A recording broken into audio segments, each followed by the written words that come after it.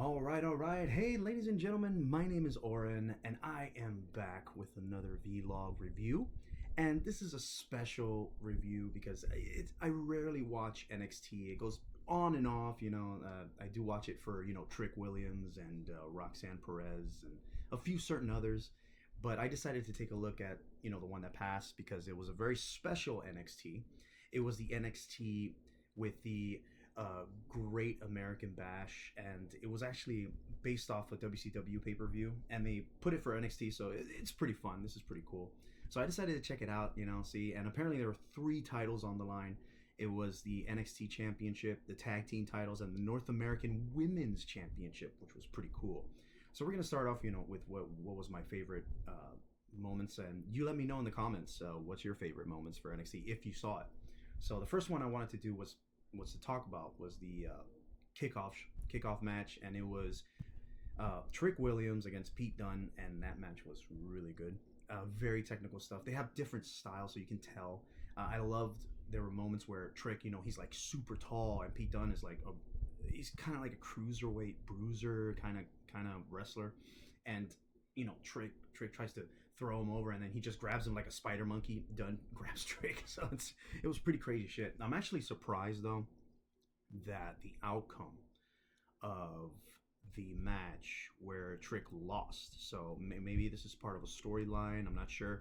I hope they don't bury Trick because he lost the title to Ethan Page. So hopefully that'll, we'll see where that plays out. And it was a good match, fun, and it was really good. So NXT started off really good. Now the next one I wanted to talk about actually was I was very surprised because this was Kelani Jordan versus Tatum Paxley, and I rarely see NXT matches. So NXT is on and off for me. I'm more of a Raw and SmackDown kind of guy because I've been watching since the Attitude Era. So, and like I said, I stopped after that. It got really bad. But anyways, this match I was actually really surprised. I mean, Kelani and Tatum, they really can wrestle. I mean, it's actually very impressive to me how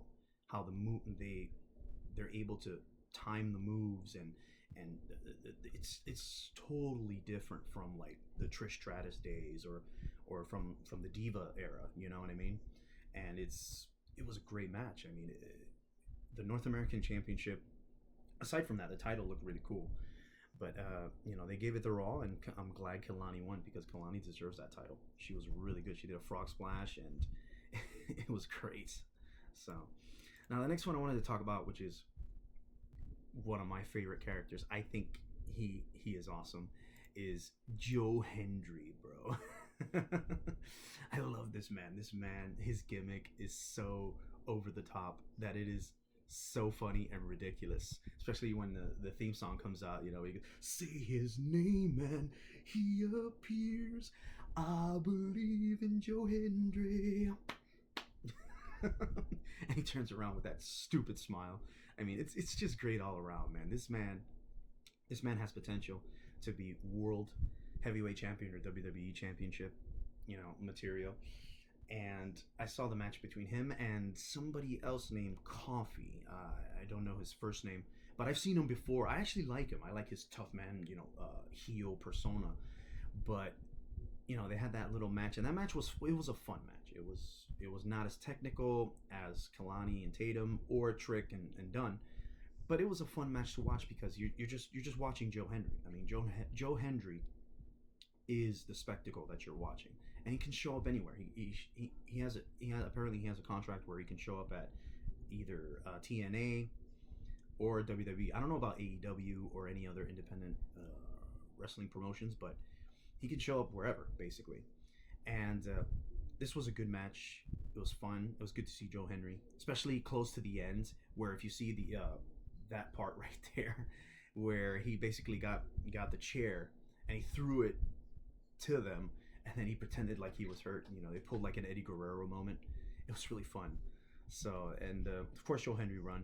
And I always gotta say it. He is the future of wrestling. One of them. Definitely the future. So Much appreciated to him. Congrats, Joe Hendry. Now the next one I wanted to talk about here, which was interesting to me, was they actually ended it on tag team matches. So it was pretty very interesting. They ended it. They didn't end it with the NXT Championship. Now the NXT Championship, Ethan Page retains, of course. I loved how he won it in in the last pay per view. Not the last, was it the? Yeah, it was where Trick, he does the trick shot and then he pins him and stuff. So it's so crazy. Like Shawn Michaels is nuts. So, but they decided to end it with the tag team championship, and this match was great. It was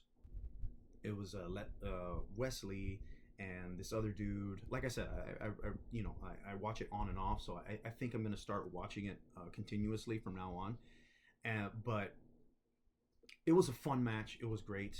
Axiom and Fraser, those guys. I mean, I saw them fight each other. The last time I saw them in the ring was, I think, a few months ago when they were fighting each other.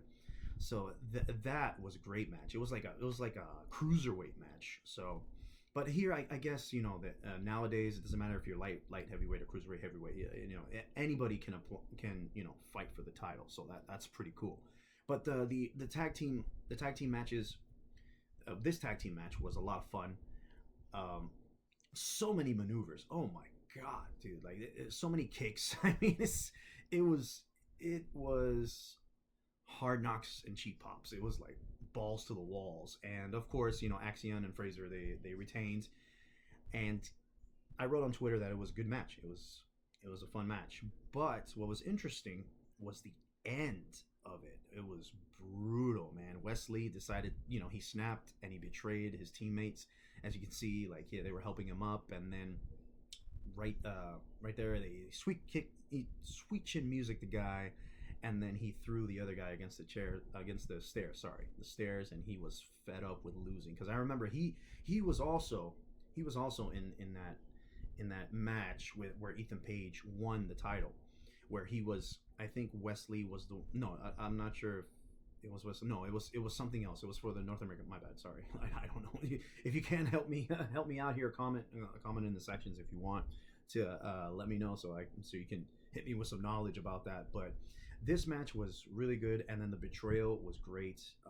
It looked really brutal and really genuine, really authentic, like real. So it was pretty cool. So all in all, guys, NXT, the Great American Bash, was the shit. And what I've noticed, basically, when it comes to the NXT brand, it was that there was a lot of wrestling. I mean, it was technical wrestling at its core. I noticed that on Raw, when I saw Raw, the stories really intrigued me. It was the stories, and the wrestling was good, but the wrestling wasn't as good as NXT at the Great American Bash. But I think there might be reasons for that because like the boys and the girls, on Raw and SmackDown, they travel a lot, so they have, and then they have to extend the storyline, so they have to watch their bodies and stuff.